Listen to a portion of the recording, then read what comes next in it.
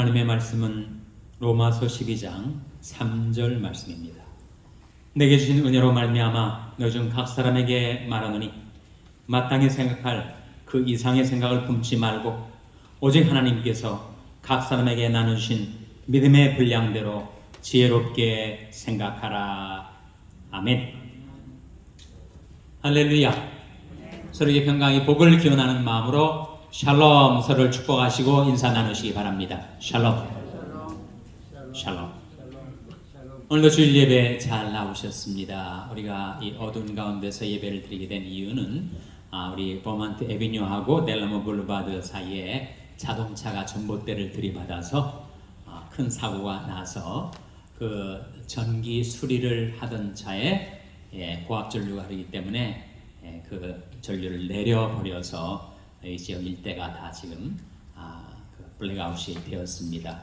한두 시간 후에는 전기가 들어온다고 하니까 3부 예배는 우리가 이렇게 드리지만 저녁 5시에 그 음악 예배는 밝은 가운데서 드리지 않을까 기대하고 있습니다. 여러분 이 일을 위해서도 함께 기도해 주시기를 바랍니다. 12월 달은 연중 가장 중요한 달이죠. 성탄절이 있기 때문이기도 하지만 한 해의 삶을 마감하고 밝아오는 새해를 맞이할 준비를 갖추기 위해서 12월은 중요합니다. 이 12월 달에 우리가 로마서 12장 말씀을 대하게 되었습니다. 12월 달에 로마서 12장을 대하게 되었습니다. 여러분 우리 삶 속에 하나님이 어떤 뜻을 가지고 계실까 그 뜻을 분별하는 것이 정말 인생의 최대 과제라고 할 수가 있는데 하나님이 선하시고 기뻐하시고 온전하신 뜻을 분별하며 살려면 두 가지 조건이 충족돼야 된다. 첫째는 몸의 헌신, 둘째는 마음의 새롭게 함이라고 로마서 12장 1절 2절에서 말씀한 바가 있습니다. 그러므로 형제들아 내 하나님의 모든 자비하심으로 너희를 권하노니 너희 몸을 하나님이 기뻐하시는 거룩한 산제사로 드리라. 이는 너희들의 영적 예배니라. 나 하나밖에 없는 내 몸을 어떻게 드려도 될까? 하나님의 모든 자비하심에다가라면 내가 내 몸을 드려도 안심할 수가 있다. 그리고 이 세대를 본받지 말라. 이 세상 저류, 이 세상 풍속, 이 세상 흐름을 따라 살지 말라. 이 세상 풍조는 나날이 갈려도 나는 내 믿음을 지키며 살리라. 그런 찬송가 가사가 있지 않습니까? 그래서 너희는 이 세대를 본받지 말고 오직 마음을 새롭게 함으로 변화를 받아 하나님의 선하시고 기뻐하시고 온전하신 뜻이 무엇인지 분별하도록 하라. 몸의 헌신과 마음의 새롭게 함, 즉 생각의 변화가 하나님의 뜻 분별을 위해서 필요한 조건이라는 것이죠. 그 뜻을 분별한 후에 그 뜻을 받들어 살아가는 사람의 삶 속에 믿음의 분량이 중요합니다. 믿음의 분량. 오늘 본 말씀 로마서 12장 3절에 이런 말씀이 나와요. 내게 주신 은혜로 말미암아 너 중 각 사람에게 말하니 마땅히 생각할 그 이상의 생각을 품지 말고 오직 하나님께서 각 사람에게 나누신 믿음의 분량대로 지혜롭게 생각하라. 마땅히 생각할 그 이상의 생각을 품지 말라. 어떤 생각일까요? 무신론적인 생각, 불신앙적인 생각. 그것이 바로 마땅히 생각할 그 이상의 생각. 우리가 품지 말고 살아야 할 생각들이죠. 과연 하나님이 살아 계시는가? 하나님이 안 계실 거야. 무신론적인 생각. 혹 하나님이 살아 있다 할지라도 하나님은 인생에게 우리에게 복도 내리실 수도 없고 화도 내리실 수도 없는 무기력한 하나님, 무능한 하나님이라고 하는 불신앙적인 생각. 그런 생각들을 우리가 떨쳐버려야 하죠. 마땅히 생각할 그 이상의 생각을 품지 말고 오직 하나님께서 각 사람에게 나누신 믿음의 분량대로 지혜롭게 생각하라.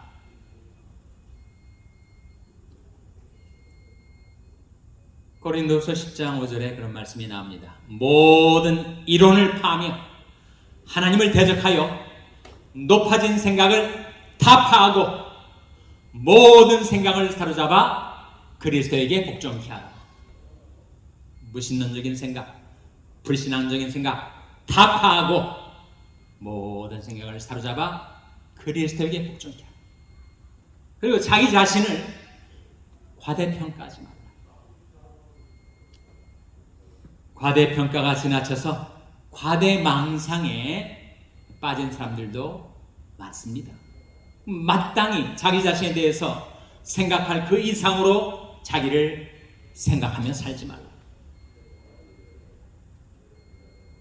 만일 누가 아무것도 되지 못하고 된 줄로 생각하면 스스로 속임이니라. 구약에 그런 인물이 꼭 한 사람 나와요. 바로 우시야 왕입니다. 우시야 왕은 아버지가 일찍 돌아가셔서 16살의 나이에 왕위에 올랐습니다. 그리고 52년 동안 유다 나라를 다스리는 왕이었어요. 선왕이었습니다. 백성들에게 선정을 베풀었어요. 근데 나중에 자기가 너무 강해지다 보니까 그 마음이 교만해졌어요. 교만한 그 왕의 마음에 내가 왕인데 뭔들 못하랴, 그런 생각이 들어온 거예요. 그래가지고 그가 성전에 들어가서 제사장만이 할 수 있는 분향단의 제사 드리는 일을 자기가 하려고 했습니다. 이 사실을 전해들은 대제사장 아사랴가 다른 제사장들을 대동하고 성전에 급히 들어와서 왕이여 무슨 일을 하려 하시나이까? 하나님이 제사장만이 하도록 정해놓으신 그 분량을 넘어서서 왕이 어찌 제사를 드리려 하시나이까? 자기를 제지하는 것을 불쾌하게 하는 왕이 진노를 바랍니다. 우시야 왕이 진노를 바라는 그 순간 그의 이마에 문둥병이 돋아났어요. 온몸에 퍼져버립니다. 순식간에 일어난 일이었습니다. 자신의 믿음의 분량을 넘어서는 일을 그가 행하고자 했을 때 그가 문둥병자로 전락이 되고 그리고 왕위에서 퇴위를 당하고 맙니다. 성경 말씀대로죠. 교만은 패망의 선봉이요 거만한 마음은 넘어짐의 앞잡이니라.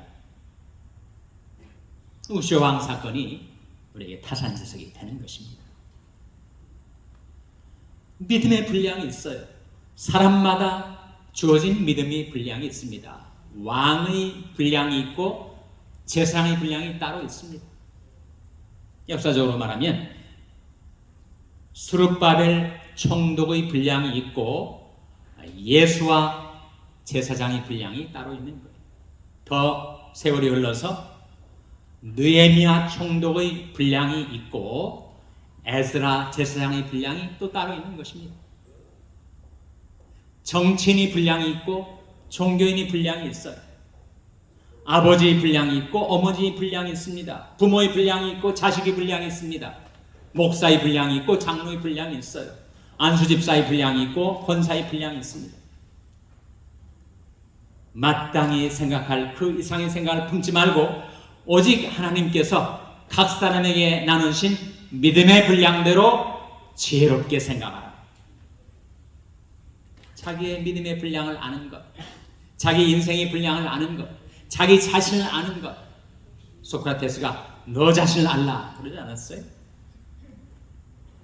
국어 선생님이 주제를 파악하라 그러지 않았어요? 수학 선생님이 분수를 알라 그러지 않았습니까? 지리 선생님이 내 위치를 알라.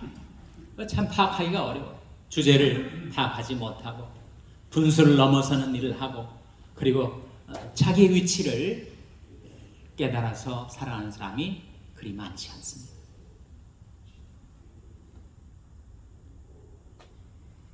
존 캘빈 종교개혁가가 이 세상에 가장 중요한 두 가지 지식이 있다. 그렇게 말했습니다. 첫째는 하나님을 아는 지식, 둘째는 자기 자신을 아는 지식. 그러나 전자가 없으면 후자도 없다. 그런 말을 했어요. 그러니까 하나님을 알 때 하나님 앞에서 나 자신의 실상을 알게 되는 것이 바로 진정한 지식의 출발이라 하는 거죠. 성경에서 그런 말씀이 나옵니다. 내가 믿음에 있는가? 내 자신을 시험하고 내 자신을 확증하라. 내 자신을 알라. 내 믿음의 분량을 알라. 내 인생의 분량을 알라. 라고 말씀하고 있습니다.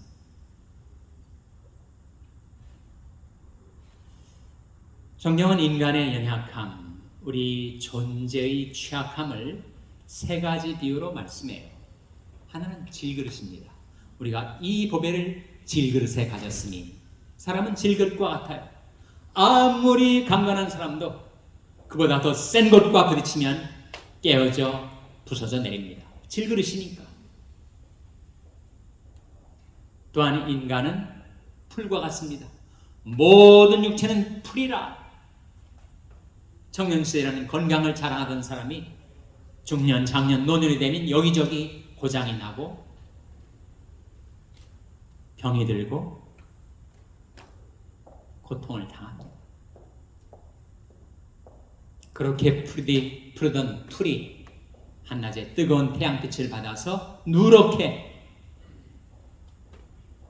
쇠잔에 가다가 결국은 말라버리고 마는 것과 같습니다. 풀은 마르고 꽃은 시드나 오직 하나님의 말씀은 세세토록 있도다. 그래서 모든 육체는 풀이라. 저와 여러분이 아무리 건강을 자랑해도 우리는 풀입니다. 그리고 셋째로 인생은 안개와 같다. 그런 즉 너희 생명이 무엇이뇨? 너는 잠깐 보이다가 없어지는 안개니라. 인생은 무상이죠. 그래서 사람마다 든든히 선 때에도 진실로 허사뿐입니다. 인간이 그리고 우리 존재가 그렇게 나약한 거예요. 질그릇과 같고 풀과 같고 안개와 같은 우리 인생입니다. 목자는 그렇게 말합니다. 너무 비관적인 인생관이 아닌가? 너무 부정적인 인간관이 아닌가? 창조주 하나님 앞에서 우리 인간은 피조물일 뿐이죠. 구속주 하나님 앞에서 우리 인간은 죄인일 뿐입니다. 인간 안에는 죄성과 사망성이 있어요. Sin and mortality가 인간 안에 있습니다. 불뚝불뚝 내 안에 있었던 죄성이 나와서 나를 죄짓게 만들고, 그리고 아무리 건강하던 사람도 그 사망성이 작용을 하면 결국 죽고 마는 거죠. 그래서 히랍의 현인들은 미멘토 모리라는 말을 자주 하고 살았는데 그 뜻은 죽음을 기억하라. 죽음을 기억하라. 그런데 동시에 인간은 죄인과 피조물인 동시에 인간은 신적인 존재라 하는 말씀이 성경에 나옵니다. 요한복음 10장 35절에 예수님께서 이런 말씀하셨어요. 성령은 패하지 못하나니 하나님의 말씀을 받은 자를 신이라 하였거든. 하나님의 말씀을 받은 자를 신이라 하였거든. 그렇게 예수님 말씀하셨어요. 어느 성경에 나온 것인데 그 패하지 못한다고 말씀하시면서 인간을 신이라고 하셨는가? 시편 82편 6절에 나온 말씀이에요. 하나님께서 인간을 향하여 너희는 다 신들이라. Gods, you are gods. 대문자가 아니고 소문자 뒤에 G-O-D-S 복수가 붙여져 있습니다. 우리는 다 신들이라는 거예요. 너희는 다 지존자의 아들들이라. 성경이 그렇게 말씀합니다. 그리고 신들인 인간이 범인들과 같이 죽게 돼 있다. 그런 말씀이 이어져요. 아니, 어떻게 신들이 죽는가? 우리는 신적인 존재이지만 그러나 죽을 수밖에 없어요. 인간 존재의 이율배반성이 바로 거기에 있습니다. 인간은 성인이면서 동시에 죄인입니다. 의인이면서 동시에 죄인이에요. 마틴 루터가 한 말인데, 인간은 상토르 에트 페카토르라고 했습니다. 그 뜻은 인간은 의인임과 동시에 죄인이다. 이거 어디서 나온 말씀인가? 로마서에서 나온 말씀이에요. 로마서 8장 10절에 보면, 또 그리스도께서 너희 안에 계시면 몸은 죄로 인하여 죽은 것이나 영은 의를 인하여 산 것입니다. 그것이 인간의 존재 구조입니다. 우리 몸은 죄로 인하여 죽은 것이에요. 살아있다 하지만 또 얼마 있지 않아 죽게 됩니다. 그러나 우리 영은 의를 인하여, 그리스도의 의를 인하여, 십자가의 보혈의 의를 인하여 산 것입니다. 그래서 우리가 신적인 존재가 된 것입니다. 누가 그렇게 된다고요? 너희 안에 그리스도께서 계시면, 그리스도께서 계시면, 성령이 임하면, 하나님의 말씀을 우리가 받으면 우리는 신적인 존재가 되어 신의 성품에 참여하게 될 것이다 라고 말씀하고 있는 것입니다. 그래서 우리에게 필요한 것이 있는데, 그것은 내 믿음의 분량이 무엇인가? 갈라디아서 6장에 그런 말씀이 나와요. 각각 자기 일을 살피라. 그리하면 자랑할 것이 자기에게만 있고 남에게는 있지 아니하리니 각각 자기 짐을 질 것이니라. 그런 말씀이 나옵니다. 이게 무슨 뜻일까? 성경에서 자랑할 것이 자기에게만 있다. 그런 말씀도 나오네. 의외로 여겨질 수가 있겠죠. 그 자랑할 것은 바로 하나님이 그에게만 고유하게 부여해 주신 은사, 믿음의 분량을 말합니다. 각각 자기 일을 살피라. 그리하면 자랑할 것이 자기에게만 있고 남에게는 있지 아니하리니 각각 자기 짐을 질 것이니라. 믿음의 분량을 알라 하는 말씀입니다. 한병진 목사님이 1920년대 말에 미국으로 유학을 오셨어요. 뉴저지에 있는 프린스턴 신학을 공부하시다가 폐결핵에 걸리셨어요. 텍사스로 이주하셔서 결핵 요양원에서 요양을 하시다가 몸을 추스리시고 좀 회복이 되셔서 귀국을 하시면서 내가 어떻게 살아야 할까? 내가 신학교에 가서 후진들을 양성하는 일을 할 것인가? 아니면 목회자로서 교인들에게 말씀을 전하는 일을 할 것인가를 놓고 망설일 때 그의 마음속에 이런 말씀이 다가왔습니다. 마태복음 24장 45절에 나온 말씀인데, 충성되고 지혜 있는 종이 되어 주인에게 그 집사람들을 맡아 때를 따라 양식을 나눌 자가 누구뇨? 그 말씀 속에서 내가 해야 될 일은 집주인에게, 집사람들, 교인들에게 때를 따라 말씀의 양식을 나누는 목회자의 길을 가야 하겠구나. 그래서 평생 그가 목회자로서 살아갈 수 있도록 그의 삶의 길을 보여준 노정기가 되었던 말씀이죠. 저는 한경림 목사님하고는 비교할 수도 없는 존재이지만, 저도 미국에 와서 신학을 마치고 한국에 돌아가서 신학교에서 후진들을 양성할 것인가, 아니면 목회자로서 하나님의 말씀을 전하는 삶을 살 것인가를 놓고 고민할 때 바로 그 말씀, 충성되고 지혜 있는 종이 되어 주인의 그 집사람들을 맡아 때를 따라 양식을 나눌 자가 누구뇨? 라는 주님이 부르심에 제가 예라고 응답을 해서 이미 목회자가 된 거 아닙니까? 그래서 지금 집주인, 집사람들 여러분들에게 때를 따라 양식을 나눠주는 그런 주방장 역할을 하고 있지 않습니까? 우리 교회 주방장이 접니다. 부방장들도 계시지만 때를 따라 우리 샬롬교회 교인들에게 말씀의 양식, 영의 양식을 나눠주는 삶을 살게 된 거죠. 이게 제 믿음의 분량입니다. 저는 다른 사람들이 잘하는 것들을 많이 못해요. 한 가지 좀 아는 것이 있다면, 하는 것이 있다면 하나님의 말씀을 깨달아서 그것을 전하는 일을 조금 합니다. 이게 제 믿음의 분량이에요. 제게 주어진 은사입니다. Teaching and preaching. 그것이 하나님께서 제가 할 일을 하도록 제게 부여해 주신 거죠. 그러나 여러분, 교역자들 뿐이겠습니까? 사업가를 한번 예를 들어서 상상을 해보세요. 사업가가 부지런히 그 사업을 경영하고 직장에서 일을 해서 자기가 거느리는 조업원들, 가족들까지 생계를 다 감당하는 일이 얼마나 고귀한 일입니까? 또 열심히 돈 벌어서 나라의 세금을 바쳐가지고 나라를 부강케 하는 일이 얼마나 귀한 일이에요. 또 열심히 돈을 벌어서 소득의 11조를 교회에 바쳐가지고 교회가 부흥하게 하는 일을 하는 것이 얼마나 중요한 일입니까? 열심히 사업을 경영해서 자기 가족, 자손들의 생계와 기업을 이루어 살아가는 것이 얼마나 보람된 일이에요.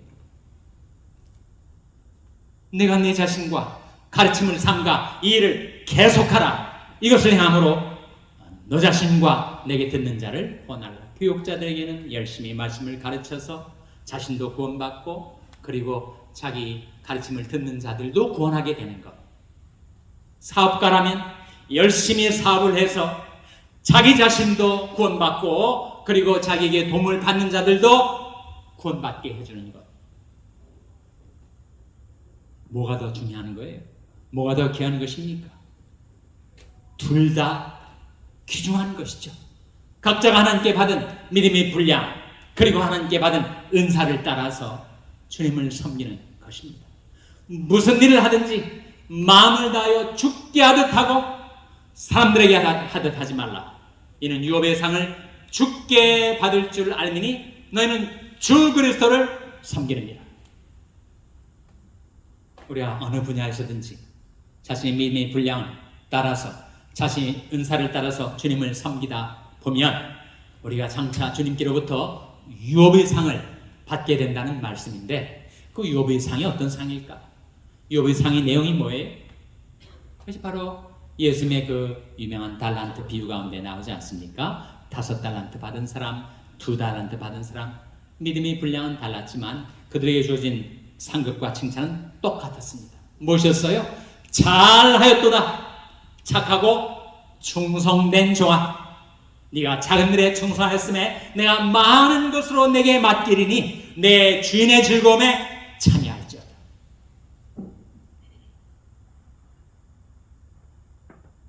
이 마지막 달 12월 달에 들어와서 이제 성탄절에 우리를 위해서 탄생하신 우리 주님의 오심을 기리면서 내게 주어진 믿음의 분량이 이것이구나.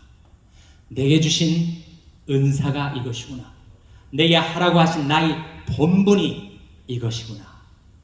깨달아서 겸손하게 주님께 충성을 다 바치며 살아갈 때 주님께로부터 여러분에게 잘하였도다.